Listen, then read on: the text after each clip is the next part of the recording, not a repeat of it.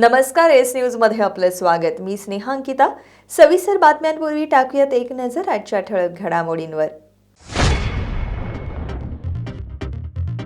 उपनेता म्हणून पदाधिकारी निवडीमध्ये विश्वासात घेतलं नाही असं सांगत संजय पवारांनी दिला शिवसेना उद्धव बाळासाहेब ठाकरे पक्षाच्या उपनेतेपदाचा राजीनामा।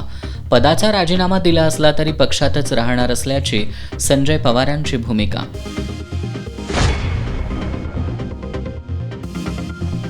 संजय पवारांच्या राजीनाम्याच्या निर्णयामुळे शिवसैनिकांसह सहसंपर्क प्रमुख विजय देवणे भाऊक। संजय पवारांनी राजीनामा मागे घ्यावा यासाठी शिवसैनिकांकडून मनधरणी।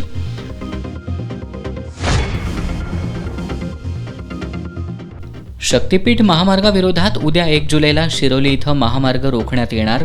विधान परिषदेतील काँग्रेसचे गटनेते आमदार सतेज पाटील, माजी खासदार राजू शेट्टींच्या नेतृत्वाखालील हजारो शेतकरी आंदोलनात सहभागी होणार। सांगरूळमधील 72 वर्षीय काशीनाथ सातपुते यांच्यावर अवघड शस्त्रक्रिया यशस्वी। कदमवाडीतील डी.वाय. पाटील हॉस्पिटलच्या कान नाक घसा विभागाची कामगिरी।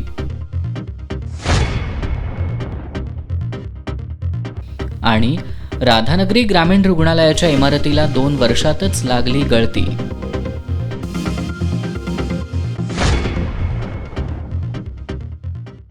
हे आहे GTPL SPN डिजिटल नेटवर्क आणि आपण पाहत आहात चॅनल एस।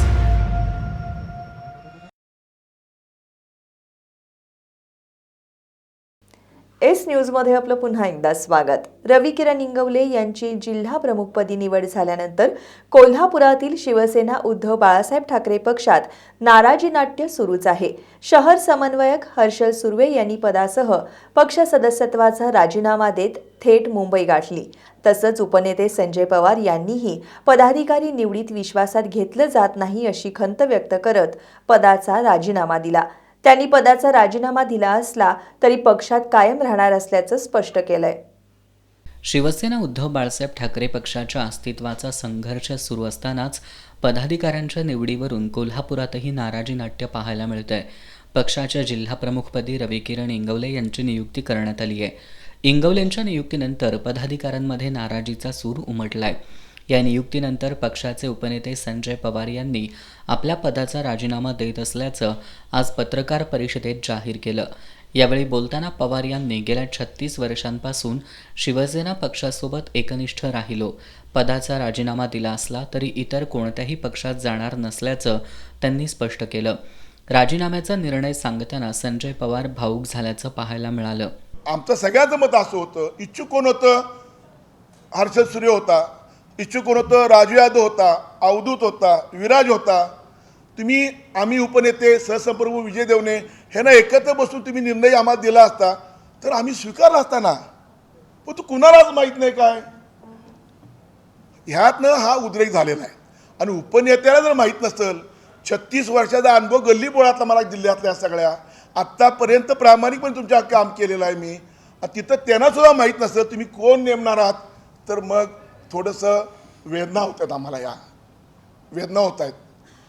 आणि मग ह्यांनी काय करायचं? माझ्यावर विश्वास ठेवून अवधूतनी, विराने, राजू यादवने आणि ह्यांनी काय करायचं? मग आमच्या हर्षलनी आज मला समजलं हर्षल काय तर निघून गेला वाटतं। आज हर्षल गेला नाही, मुंबईला गेला वाटतं तो काहीतरी। असं व्हायला नाही पाहिजे। मग उपनेते पदाचाच जर त्याला किंमत नसेल, त्याला विचार नसाल, तर ह्या पदावर राहणं योग्य नाही असा या निर्णयापर्यंत मी आलेलो आहे। पदाचा राजीनामा देत आहे मी आज, उपनेते पदाचा। नको हे पद। एक सर्वसामान्य शिवसैनिक म्हणून कायम उद्धव बाळासाहेब ठाकरे ह्या पक्षावर सक्रिय राहण्याचा मी निर्णय घेतला आहे। मातोश्रीवरून जे आदेश आलेत त्यांचं तंतोतंत पालन केलंय। मात्र गेल्या 10 वर्षांपासून काहीतरी वेगळं घडत असल्याचं संजय पवार यांनी सांगितलं। जिल्हा प्रमुख पदाची निवड करताना विश्वासार्हता आणि पारदर्शकता तपासायला हवी होती, मात्र पक्षातील वरिष्ठांनी हे केलेलं नाही। आपल्यासोबत चर्चा झाली नाही। कोल्हापूर जिल्हाप्रमुख पदासाठी अनेक जण इच्छुक होते, मात्र ही नियुक्ती करताना उपनेत्याला माहिती नसेल तर काय करायचं अशा शब्दात पवार यांनी खदखद बोलून दाखवली। तू कुणाला माहित नाही काय ह्यातनं हा उद्रेक झालेला आहे। आणि उपनेत्याला जर माहीत नसतं, 36 वर्षाचा अनुभव गल्ली बोळातला मला जिल्ह्यातल्या सगळ्या आतापर्यंत प्रामाणिकपणे तुमच्या काम केलेलं आहे मी, आणि तिथं त्यांना सुद्धा माहीत नसतं तुम्ही कोण नेमणार आहात, तर मग थोडंसं वेदना होतात आम्हाला, या वेदना होत आहेत. आणि मग ह्यांनी काय करायचं, माझ्यावर विश्वास ठेवून अवधूतनी, विराने, राजू यादवने आणि ह्यांनी काय करायचं बाबा आर्चरनी. आज मला समजलं आर्चर काय निघून गेला वाटतं, आज आर्चर गेला नाही, मुंबईला गेला वाटतो काहीतरी. असं व्हायला नाही पाहिजे. विधानसभा निवडणुकीत षडयंत्र रचण्यात आल्याचा आरोप त्यांनी केला. मधुरिमा राजे यांची उमेदवारी ही महाविकास आघाडीकडून होती, मात्र त्यांनी अचानक माघार का घेतली? विधानसभेला महाविकास आघाडीकडून जो उमेदवार दिला त्याचा प्रामाणिकपणे पक्षाच्या कार्यकर्त्यांनी प्रचार केला. राधानगरी विधानसभा मतदारसंघामध्ये के.पी. पाटील यांना उमेदवारी देण्याचा निर्णय पक्षानं घेतला, मात्र त्यांनी पुन्हा एकदा कोलांटी उडी मारत अजित पवारांच्या राष्ट्रवादीमध्ये प्रवेश केला. त्यामुळं हक्काचे मतदारसंघही सुटले, अशी खंत पवार यांनी व्यक्त केली. हर्षल सुर्वे यांनी शहराध्यक्ष पदाचा राजीनामा दिल्यानंतर शिवसेना उपनेते संजय पवार यांनीही पदाचा राजीनामा दिल्यानं कोल्हापुरात ठाकरे यांच्या सेनेला मोठा धक्का बसलाय. राज्य सरकारच्या हिंदी सक्तीविरोधात मनसे आणि शिवसेना उद्धव बाळासाहेब ठाकरे पक्षानं 5 जुलै रोजी मोर्चा काढण्याचा इशारा दिला होता. त्यानंतर सरकारनं रविवारी हिंदी सक्तीचे दोन्ही अध्यादेश रद्द केले. या निर्णयानंतर इचलकरंजीत महाविकास आघाडी आणि मनसेच्या कार्यकर्त्यांनी फटाक्यांची आतषबाजी करत आणि साखर पेढे वाटून आनंदोत्सव साजरा केला. राज्य सरकारच्या हिंदी सक्ती अध्यादेशाचे राज्यभरात तीव्र पडसाद उमटले.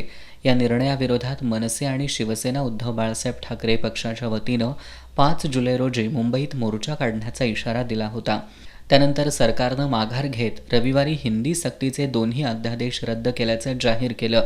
शासनाच्या या निर्णयानंतर राज्यभरात मनसेकडून जल्लोष साजरा करण्यात आला. आज इचलकरंजीतील शिवतीर्थ चौकात महाविकास आघाडी आणि मनसैनिकांनी फटाक्यांची आतषबाजी करून साखर पेढे वाटून आनंदोत्सव साजरा केला. यावेळी महाविकास आघाडीचे कार्यकर्ते आणि मनसैनिक मोठ्या संख्येनं उपस्थित होते. एसटीच्या लांब आणि मध्यम पल्ल्याच्या प्रवासासाठी पूर्ण तिकीट दरासह आगाऊ आरक्षण करणाऱ्या प्रवाशांना तिकीट दरात 15% सवलत दिली जाणार आहे.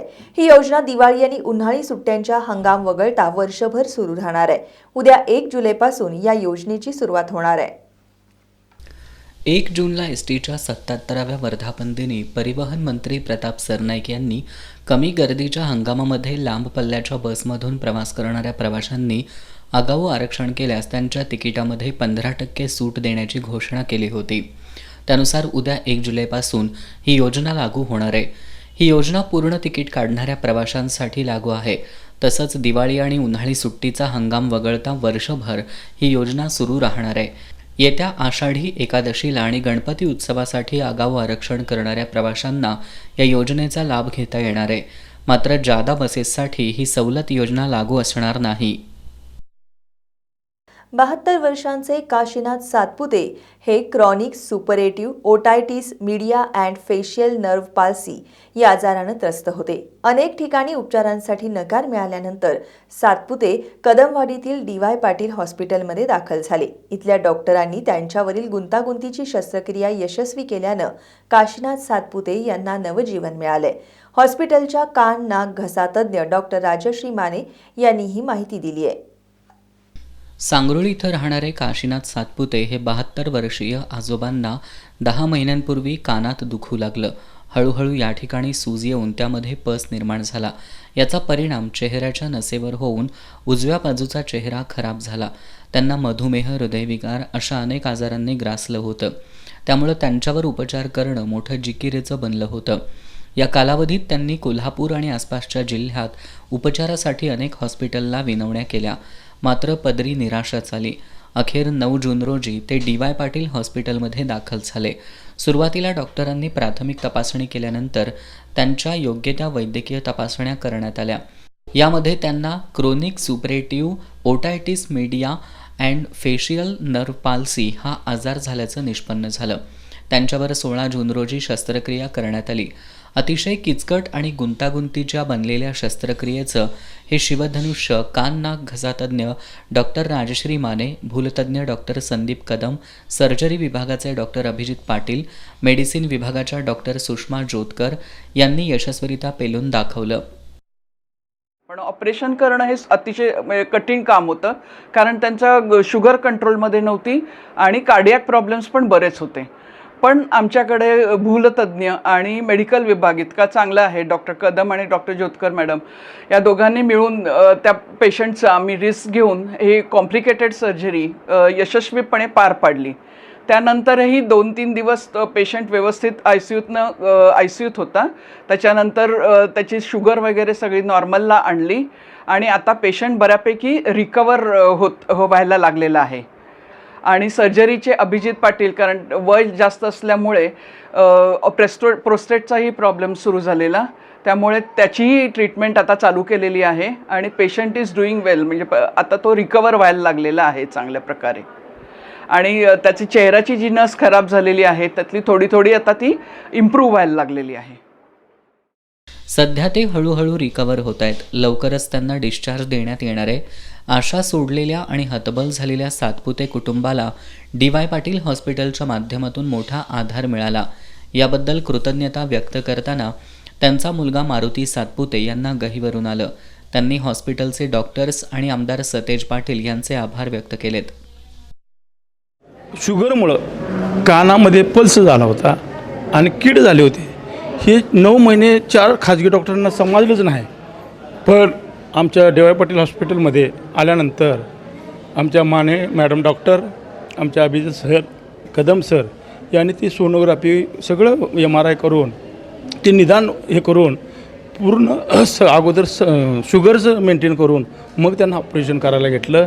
आणि 16 तारखेला खरोखर म्हणजे अवघड 5.5 तास ते ऑपरेशन चालू होतं आणि ते सक्सेस झालं. तर ह्या सगळ्या डॉक्टरांचं मी आभार मानतो. बंटी साहेबांचं सुद्धा आभार मानतो, कारण का हे गरिबांचा दवाखाना लोकांचं कल्याण करायला लागले आणि त्यांना काही कमी पडला नाही. तेव्हा सगळ्या टीमचं डॉक्टरांचं मी काय करतो हार्दिक आभार मानतो. धन्यवाद. या यशस्वी शस्त्रक्रियेबद्दल कुलपती डॉक्टर संजय D. पाटील, संस्थेचे उपाध्यक्ष आमदार सतेज पाटील, विश्वस्त ऋतुराज पाटील, विश्वस्त पृथ्वीराज पाटील, कुलगुरू डॉक्टर राकेश कुमार शर्मा, कुलसचिव डॉक्टर V. भोसले, अधिष्ठाता डॉक्टर राजेंद्र नेरली, वैद्यकीय अधीक्षक डॉक्टर वैशाली गायकवाड, उपकुलसचिव संजय जाधव, सहाय्यक कुलसचिव अजित पाटील यांनी सर्व डॉक्टरांचं अभिनंदन केलं. DY पाटील हॉस्पिटलमध्ये आजवर अनेक किचकट आणि गुंतागुंतीच्या शस्त्रक्रिया यशस्वी पार पडल्यात.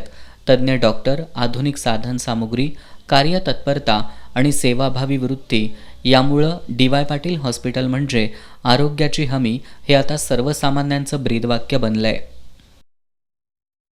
राधानगरी ग्रामीण रुग्णालयाच्या नवीन इमारतीला गळती लागली आहे. 2 ते 2.5 वर्षांमध्ये या नव्या इमारतीला गळती लागल्यामुळं कामाच्या दर्जाबाबत शंका व्यक्त होतीये. या गळतीमुळे रुग्णसेवेवर परिणाम होऊ लागलाय. इथं होणारी रुग्णांची हेळसांड थांबवण्यासाठी लवकरात लवकर ही गळती काढावी अशी मागणी होतीये. राधानगरी ग्रामीण रुग्णालयाच्या बाजूलाच 2 वर्षांपूर्वी नवीन इमारत बांधण्यात आली आहे. यासाठी लाखो रुपये खर्च करण्यात आले. मात्र 2 वर्षातच या इमारतीला गळती लागली आहे. शस्त्रक्रिया विभागातच ही गळती लागल्यानं रुग्णसेवेवर परिणाम झालाय. राधानगरी ग्रामीण रुग्णालयात मोठ्या प्रमाणात गळती चालू आहे. जुन्या 2013ला बिल्डिंग बांधली, त्याच्यात पण गळती मोठ्या प्रमाणात चालू आहे. नवीन बिल्डिंग बांधली, त्याच्यात पण मोठ्या प्रमाणात गळती चालू आहे. जिथं ऑपरेशन करतात महिलांचे, डिलिव्हरीचे जे पेशंट आहेत तिथंच असतात, तिथंच ऑपरेशन करतात. तिथं पण मोठ्या प्रमाणात गळती चालू आहे आणि एकदम खालच्या पातळीचं बांधकाम केलेलं आहे बिल्डिंगचं. या ग्रामीण रुग्णालयात महात्मा ज्योतिराव फुले जन आरोग्य योजना आणि इतर शासकीय योजनेतून विविध आजारांवरील शस्त्रक्रिया मोफत केल्या जातात. दररोज 150 ते 200 रुग्णांची तपासणी होते. मात्र 2 वर्षातच या इमारतीला गळती लागल्यानं कामाच्या दर्जावर प्रश्नचिन्ह उभं राहिलंय. कोल्हापूर विमानतळावर रविवारी आपत्कालीन परिस्थिती हाताळण्याच्या क्षमतेची चाचणी घेण्यात आली. यामध्ये अग्निशमन दल, रुग्णवाहिका, पोलीस, आरोग्य विभाग आणि विमानतळ सुरक्षा दलाचे जवान सहभागी झाले होते. अहमदाबाद इथं नुकत्याच झालेल्या विमान अपघाताच्या पार्श्वभूमीवर देशभरातील विमानतळांवर सुरक्षा उपाययोजना आणि आपत्कालीन तयारीचा आढावा घेतला जातोय. त्यानुसार कोल्हापूर विमानतळावर रविवारी आपत्कालीन परिस्थिती हाताळण्याच्या क्षमतेचं मॉकड्रिल घेण्यात आलं. यावेळी काल्पनिक विमान अपघाताच्या परिस्थितीची निर्मिती करून तातडीनं मदत आणि बचाव कार्य राबवण्यात आलं. मॉकड्रिलमध्ये आगीवर नियंत्रण मिळवणं, जखमींना तात्काळ वैद्यकीय मदत पुरवणं, प्रवाशांना सुरक्षित स्थळी स्थलांतर करणं आदी कृतींचा समावेश होता. यावेळी आपत्कालीन संदेश वहन प्रणाली, विविध विभागांमधील समन्वय आणि जलद प्रतिसाद क्षमतेचीही चाचणी घेण्यात आली. या प्रात्यक्षिकात अग्निशमन दल, रुग्णवाहिका, पोलीस, आरोग्य विभाग आणि विमानतळ सुरक्षा दलाचे जवान सहभागी झाले होते. लग्नात आलिशान मोटारी, फ्रीज, वॉशिंग मशीन यासारख्या महागड्या वस्तू आंदण म्हणून देण्याची प्रथा समाजाला अधोगतीकडे नेतीये. ज्या दिवशी वधू पित्याकडून वराला पुस्तकाचे कपाट भेट देण्याची प्रथा सुरू होईल त्या दिवशी समाजाची प्रगतीकडे वाटचाल सुरू होईल असा विश्वास ज्येष्ठ इतिहास संशोधक डॉक्टर जयसिंगराव पवार यांनी व्यक्त केलाय. राजर्षी शाहू छत्रपती फाउंडेशनच्या वतीनं आयोजित राजर्षी शाहू पुरस्कार वितरण सोहळ्यात ते बोलत होते. राजर्षी छत्रपती शाहू महाराज यांच्या जयंतीनिमित्त राजर्षी शाहू छत्रपती फाउंडेशनच्या वतीनं राजर्षी शाहू पुरस्कार दिला जातो. कोल्हापुरातील शाहू स्मारक भवनात ज्येष्ठ इतिहास संशोधक डॉक्टर जयसिंगराव पवार यांच्यासह मान्यवरांच्या उपस्थितीत श्रीराम साळुंखे, हणमंत बागल, संदीप अडनाईक, आनंदराव भोसले यांच्यासह 12 जणांना राजर्षी शाहू पुरस्कारानं सन्मानित करण्यात आलं. यावेळी बोलताना डॉक्टर पवार यांनी लग्नात आलिशान मोटारी, फ्रीज, वॉशिंग मशीन यासारख्या महागड्या वस्तू आंदण म्हणून देण्याची प्रथा समाजाला अधोगतीकडे नेणारी असल्याचं सांगितलं. ज्या दिवशी वधू पित्याकडून वराला पुस्तकाचं कपाट भेट देण्याची प्रथा सुरू होईल त्या दिवशी समाजाची प्रगतीकडे वाटचाल सुरू होईल असा विश्वास त्यांनी व्यक्त केला. यावेळी डॉक्टर BM हिरडेकर, संस्थेचे अध्यक्ष प्राध्यापक जॉर्ज क्रूज, सचिव जावेद मुल्ला यांनी मनोगत व्यक्त केली. या प्रसंगी रयत शिक्षण संस्थेचे विश्वस्त उद्योजक MB शेख, दक्षिण विभागाचे प्रमुख अशोकराव शिंदे, चंद्रकांत कांडेकरी, डॉक्टर सुरेश पाटील, नवाब शेख, D पाटील, पंडित कंदले आदी मान्यवर उपस्थित होते. टाळ मृदंगाचा गजर आणि विठ्ठल नामाचा जयघोष करत संत ज्ञानेश्वर महाराज आणि संत तुकाराम महाराजांच्या पालख्या पंढरपूरला रवाना झाल्यात. या दोन्ही पालख्यांचं दर्शन घेण्यासाठी भाविकांची गर्दी होतीये. आषाढी एकादशी 6 जुलैला असून संत ज्ञानेश्वर महाराज आणि संत तुकाराम महाराजांच्या दिंड्या पंढरपूरला रवाना झाल्या आहेत. संत श्रेष्ठ ज्ञानेश्वर महाराज यांची पालखी 19 जूनला आळंदीतून बाहेर पडली. पुण्यातून सातारा जिल्ह्यातील फलटणला मुक्काम करून ही पालखी बरडच्या दिशेनं मार्गस्थ झाली. पालखी तळावर विसावल्यानंतर महाराष्ट्राच्या कानाकोपऱ्यातून आलेल्या भाविकांनी माऊलींच्या पादुकांच्या दर्शनासाठी गर्दी केली होती. तर जगद्गुरू संत तुकाराम महाराजांची पालखी देहू इथून 18 जूनला बाहेर पडली आणि इंदापूरच्या दिशेनं मार्गस्थ झाली. निमगाव केतकी या गावात पालखी तळावर विसावल्यानंतर आलेल्या भाविकांनी माऊलींच्या पादुकांच्या दर्शनासाठी गर्दी केली. यावेळी संपूर्ण पालखी तळ आकर्षक फुलांनी सजवण्यात आला होता. या ठिकाणी वारकऱ्यांसाठी भव्य मंडप उभारण्यात आला होता. संत ज्ञानेश्वर महाराज आणि संत तुकाराम महाराजांच्या पालखी सोहळ्याचं दर्शन झाल्यानंतर भाविक पंढरपूरच्या दिशेनं रवाना झाले. DY पाटील ग्रुपच्या वतीनं आयोजित सतेज मॅथ्स स्कॉलर परीक्षेमुळे विद्यार्थ्यांमध्ये गणित विषयाबद्दल आत्मविश्वास निर्माण होतो आणि त्यांची बौद्धिक क्षमता विकसित होते असं प्रतिपादन DY पाटील ग्रुपच्या विश्वस्त देवश्री सतेज पाटील यांनी केलं. साळोखे नगर इथल्या DY पाटील कॉलेज ऑफ इंजिनिअरिंगमध्ये आयोजित सतेज मॅथ्स स्कॉलर परीक्षेतील गुणवंत विद्यार्थ्यांच्या सत्कार समारंभात त्या बोलत होत्या. साळोखे नगर इथल्या DY Patil college of engineering इथं गेल्या 8 वर्षांपासून 12वी विज्ञान शाखेतून उत्तीर्ण झालेल्या विद्यार्थ्यांसाठी सतेज मॅथ्स स्कॉलरशिप परीक्षेचं आयोजन करण्यात येत आहे. 22 डिसेंबरला ही परीक्षा झाली. या परीक्षेसाठी जिल्ह्यातून 2600 विद्यार्थी बसले होते. या परीक्षेचा निकाल आज जाहीर करण्यात आला. यामध्ये सृष्टी केरीपाळे आणि आकांक्षा तेजम यांनी पहिला क्रमांक पटकावला. सार्थक वारके आणि अर्पिता पाटील यांनी दुसरा, तर संजीवनी माने आणि शुभांगी कडोलकर यांनी तिसरा क्रमांक मिळवला. या गुणवंत विद्यार्थ्यांचा गौरव सोहळा साळोखे नगर इथल्या DY पाटील कॉलेज ऑफ इंजिनिअरिंगमध्ये आयोजित करण्यात आला होता. DY पाटील ग्रुपच्या विश्वस्त देवश्री सतेज पाटील यांच्या हस्ते या गुणवंतांचा रोख रक्कम आणि प्रशस्तीपत्र देऊन गौरव करण्यात आला. यावेळी बोलताना देवश्री सतेज पाटील यांनी सतेज मॅथ्स स्कॉलरशिप परीक्षेमुळे विद्यार्थ्यांमध्ये गणित विषयाबद्दल आत्मविश्वास निर्माण होऊन त्यांची बौद्धिक क्षमता विकसित होत असल्याचं सांगितलं. ही परीक्षा विद्यार्थ्यांना गणितासारख्या तांत्रिक विषयात रुची निर्माण करणारी असून याचा फायदा त्यांना भविष्यातील स्पर्धा परीक्षा आणि अभियांत्रिकी शिक्षणात नक्कीच होईल असा विश्वास त्यांनी व्यक्त केला. डी.वाय. पाटील ग्रुपचे कार्यकारी संचालक डॉक्टर ए.के. गुप्ता यांनी डी.वाय. पाटील ग्रुपच्या सतेज मॅथ स्कॉलरशिप परीक्षेत सहभागी होण्याचं आवाहन केलं. डी.वाय. पाटील ग्रुपच्या मार्फत D Y. Patil college of engineering and technology Salunkhe Nagar या कॉलेजचे मार्फत जो आम्ही स्टेज मॅथ स्कॉलरशिप घेतली होती त्याचा आज रिझल्ट डिक्लेअर करतो आहे. गेल्या 8 ते 10 वर्षापासून दरवर्षी आम्ही स्टेज मॅथ स्कॉलरशिप हे 12वी सायन्सच्या मुलांच्यासाठीच्या स्कॉलरशिपच्या एक मेरिटचा एक्झाम घेतो आहे आणि त्या एक्झाममध्ये जो मुलं नंबर मिळवतात त्यांना जवळपास एक 50 ते 60 हजार रुपयाची दरवर्षी आम्ही स्कॉलरशिप देतो आहे. यावर्षी या एक्झामसाठी आमचा 8वा वर्ष होता. यावर्षी 2600 टोटल मुलं या एक्झामसाठी अपेअर झालेले आहे आणि याचा फायदा त्यांना त्यांच्या मेरिटसाठी पण होणार आणि त्यांच्या वित्तासाठी पण होणार आहे. माझा 12वी सायन्सचे जो मुलं आत्ता शिकतात 12वीमध्ये त्या सर्व मुलांना माझा एक आव्हान आहे की पुढच्या वर्षी तुम्ही पण स्टेज मॅथ स्कॉलरशिप जो D Y. Patil college of engineering and technology Salunkhe Nagar मार्फत घेतली जातो त्याच्यात भाग घेऊन या उपक्रमाचा फायदा घ्यावा. यावेळी कॅम्पस संचालक डॉक्टर अभिजित माने यांनी परीक्षेच्या यशस्वी आयोजनाबद्दल समाधान व्यक्त केलं. यावेळी सृष्टी केरीपाळे आणि संजीवनी माने या विद्यार्थिनींनी परीक्षेचं उत्कृष्ट नियोजन आणि उपयुक्ततेबद्दल समाधान व्यक्त केलं.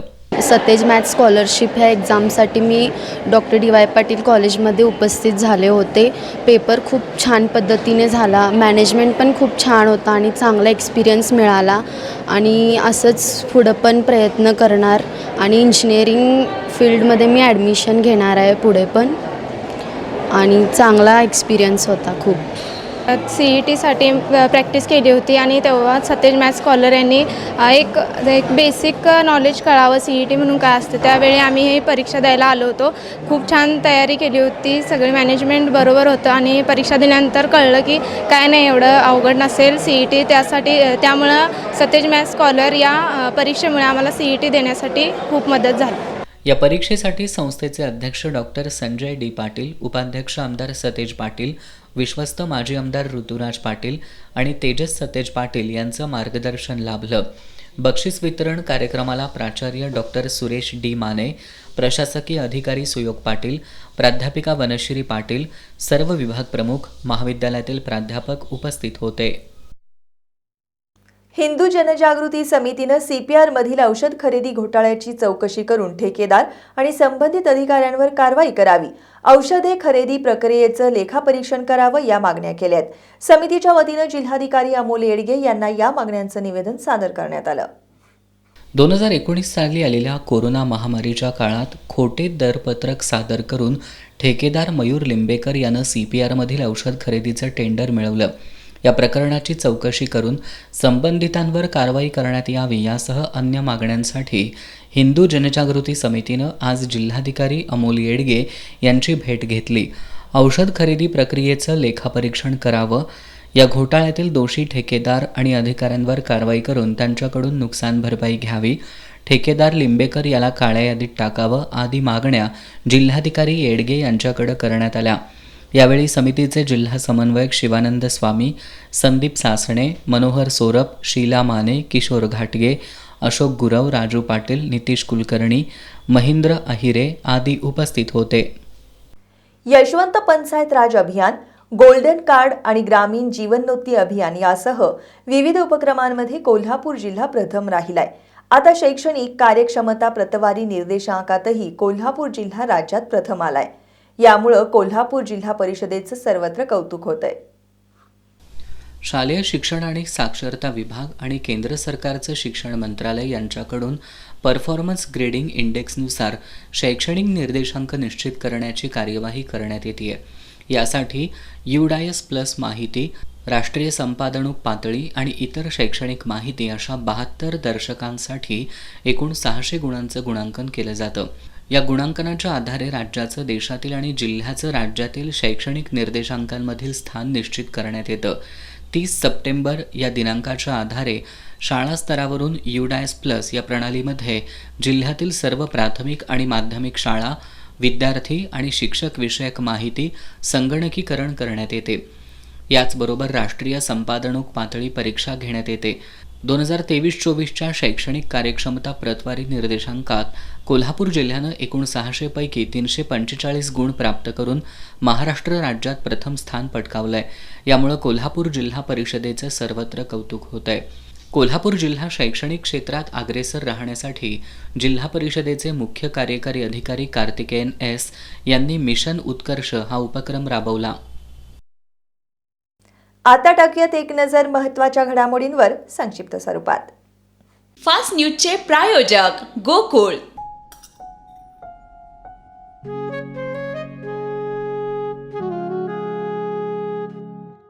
बाबा, आज येताना बासुंदी घेऊन या ना. अगं, कालच आपण आईचा वाढदिवस होता म्हणून आणली होती ना. ऐकलं? गोकुळची बासुंदी पुन्हा खावीशी वाटतेय. खरं सांगू, मलाही खावीशी वाटतेय. पुन्हा पुन्हा खावीशी वाटणारी गोकुळ बासुंदी. तेलंगणात रासायनिक कारखान्यात स्फोट, 10 कामगार ठार तर 20 जखमी.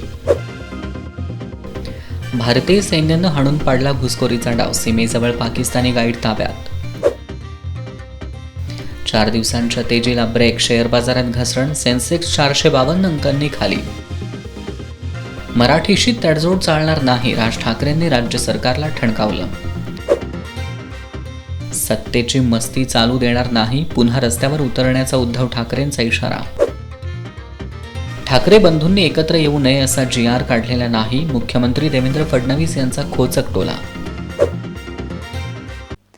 ब्रेकनंतर सविस्तर बातमीपत्रामध्ये आपलं पुन्हा एकदा स्वागत. शाहूवाडी तालुक्यातील साळशी इथल्या सागर सदाशिव पाटील या तरुणाचा विहिरीत पडून बुडून मृत्यू झाला.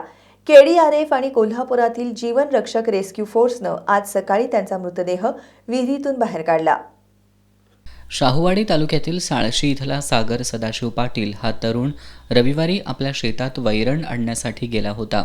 वैरण काढून झाल्यानंतर तो शेतालगत असणाऱ्या विहिरीजवळ हातपाय धुण्यासाठी गेला. त्यावेळी पाय घसरून तो विहिरीत पडला. या घटनेची माहिती मिळताच KDRF पथक आणि कोल्हापूरमधील जीवन रक्षक रेस्क्यू फोर्सनं घटनास्थळी धाव घेतली. आज सकाळी त्यांनी विहिरीत शोध घेऊन त्याचा मृतदेह बाहेर काढला. या बचाव मोहिमेत सुनील कांबळे, कृष्णात सोरटे, शुभम काटकर, प्रीतम केसरकर, शैलेश हांडे आणि प्रथमेश येरुडकर यांनी महत्त्वाची भूमिका बजावली. शेतकऱ्यांवर लादल्या जाणाऱ्या शक्तीपीठ महामार्ग विरोधात उद्या मंगळवारी कृषी दिनी सकाळी 10 वाजता शिरोली इथं महामार्ग रोको आंदोलन करण्यात येणार आहे. विधान परिषदेतील काँग्रेसचे गटनेते आमदार सतेज पाटील आणि माजी खासदार राजू शेट्टी यांच्या नेतृत्वाखाली हे आंदोलन करण्यात येणार असून हजारोंच्या संख्येनं शेतकरी या आंदोलनात सहभागी होणार आहेत. प्रस्तावित शक्तीपीठ महामार्ग 12 जिल्ह्यातून जाणार आहे. त्यामध्ये शेतकऱ्यांच्या सुपीक जमिनी संपादित केल्या जात असून यामुळे हजारो शेतकरी भूमिहीन होणार आहेत. या महामार्गाला शेतकऱ्यांचा तीव्र विरोध आहे. या महामार्गाच्या विरोधात उद्या कृषी दिनी पुलाची शिरोलीत सकाळी 10 वाजता महामार्ग रोको आंदोलन करण्यात येणार आहे. याबाबतच्या नियोजनाची बैठक रविवारी अजिंक्यतारा कार्यालयावर आयोजित करण्यात आली होती. या आंदोलनाची सर्व तयारी पूर्ण झाली आहे. विधान परिषदेतील काँग्रेसचे गटनेते आमदार सतेज पाटील, स्वाभिमानी शेतकरी संघटनेचे नेते माजी खासदार राजू शेट्टी यांच्या नेतृत्वाखाली हे आंदोलन ताकदीनं यशस्वी करण्याचा निर्धार करण्यात आला आहे. शिवसेना उद्धव बाळासाहेब ठाकरे पक्षाचे सहसंपर्क प्रमुख विजय देवणे, राष्ट्रवादी शरदचंद्र पवार पक्षाचे जिल्हाध्यक्ष VB पाटील, राजू लाटकर, RK पोवार, सचिन चव्हाण, सतीशचंद्र कांबळे, प्रकाश पाटील, शिवाजी मगदूम, विक्रांत पाटील, दिलीप पवार, संदीप देसाई यांच्यासह सामाजिक क्षेत्रात काम करणाऱ्या विविध संघटना यांच्यासह इंडिया आघाडीतील सर्व घटक पक्ष, शेतकरी या आंदोलनात मोठ्या संख्येने सहभागी होणार आहेत. केंद्र सरकारचं जनसुरक्षा विधेयक 2025 देशातील जनतेच्या व्यक्ती स्वातंत्र्यावर गदा आणणारं आहे असा आरोप होतोय. इंडिया आघाडीच्या वतीनं या विधेयकाविरोधात राज्यव्यापी आंदोलन करण्यात आली. कोल्हापुरातही इंडिया आघाडीच्या वतीनं छत्रपती शिवाजी महाराज चौकात निदर्शनं करण्यात आली. जनसुरक्षा विधेयक 2025 या विधेयकामुळं व्यक्ती आणि संघटनांना बेकायदा ठरवण्याचे अमर्याद अधिकार राज्य सरकारला मिळणार आहेत.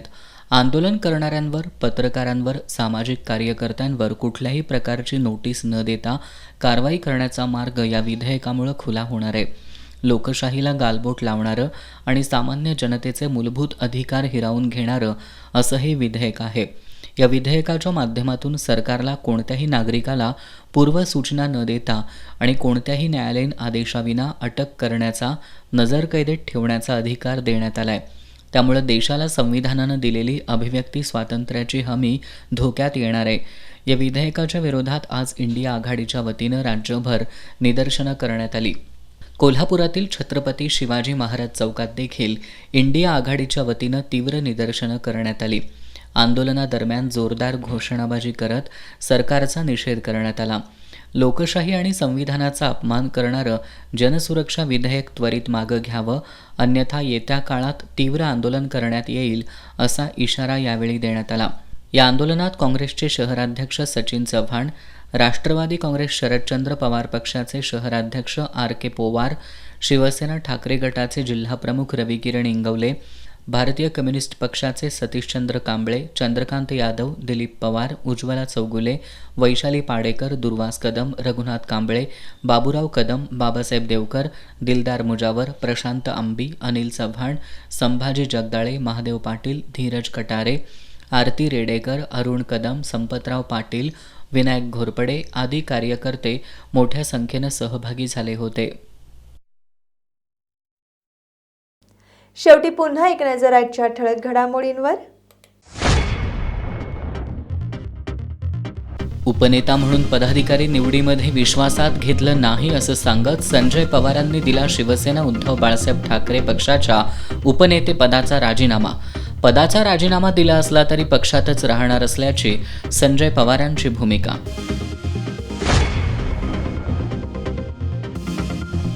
संजय पवारांच्या राजीनाम्याच्या निर्णयामुळे शिवसैनिकांसह सहसंपर्क प्रमुख विजय देवणे भाऊक.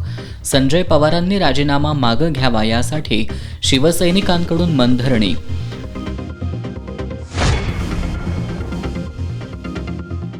शक्तीपीठ महामार्गाविरोधात उद्या 1 जुलैला शिरोली इथं महामार्ग रोखण्यात येणार. विधान परिषदेतील काँग्रेसचे गटनेते आमदार सतेज पाटील, माजी खासदार राजू शेट्टींच्या नेतृत्वाखालील हजारो शेतकरी आंदोलनात सहभागी होणार. सांगरूळमधील 72 वर्षीय काशीनाथ सातपुते यांच्यावर अवघड शस्त्रक्रिया यशस्वी. कदमवाडीतील DY पाटील हॉस्पिटलच्या कान नाक घसा विभागाची कामगिरी.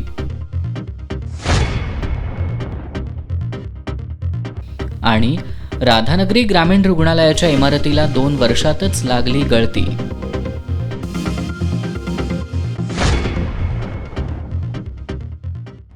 बातम्यांच्या ताज्या अपडेटसाठी येस न्यूज कोल्हापूर हे मोबाईल ॲप डाउनलोड करा आणि याबरोबरच आजचं बातमीपत्र संपलं. नमस्कार.